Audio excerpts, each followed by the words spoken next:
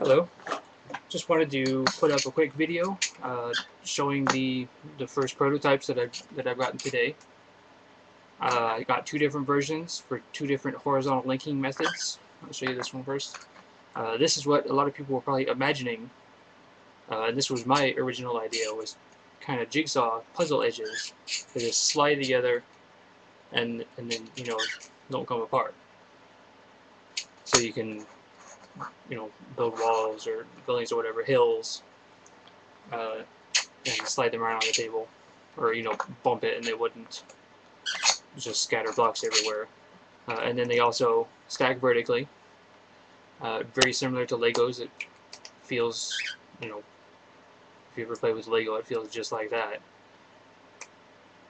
The only difference is it's one big stud instead of many small ones. So the verticals have very tight, snug fit. The friction kind of holds it in place. I feel like if I were to build a big cube of these, I could drop it and it would probably stay together. Although not a huge deal. It's going to be on a tabletop. However, I tried this idea. This was my first idea. And then I also tried, instead of having the little puzzle edges, just leaving them straight and seeing if the friction would just hold them together. The same as on the top.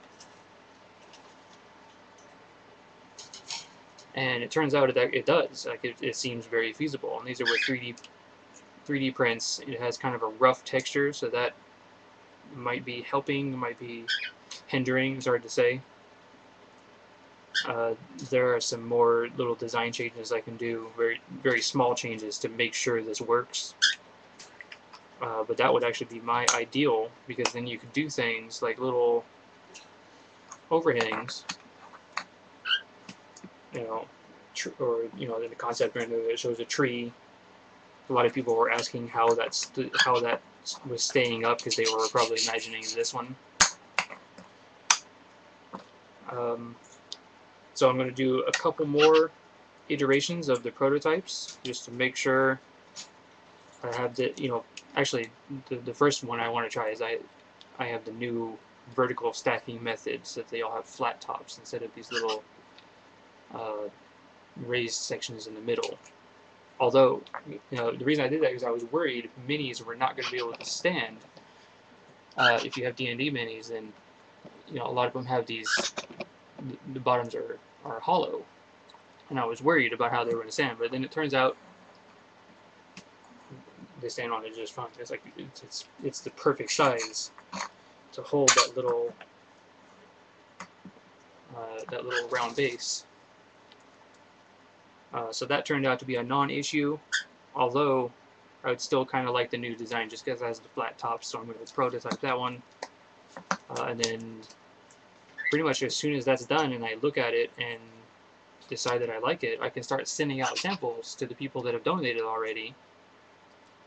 Start sending out samples to D&D blogs or whatever, try and get some more buzz going.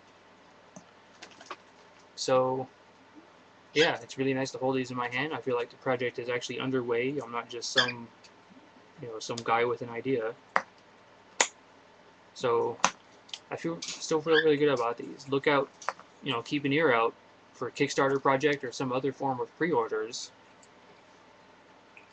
If you'd like to donate, then I would certainly appreciate it. The more people donate, the fewer pre-orders I will need.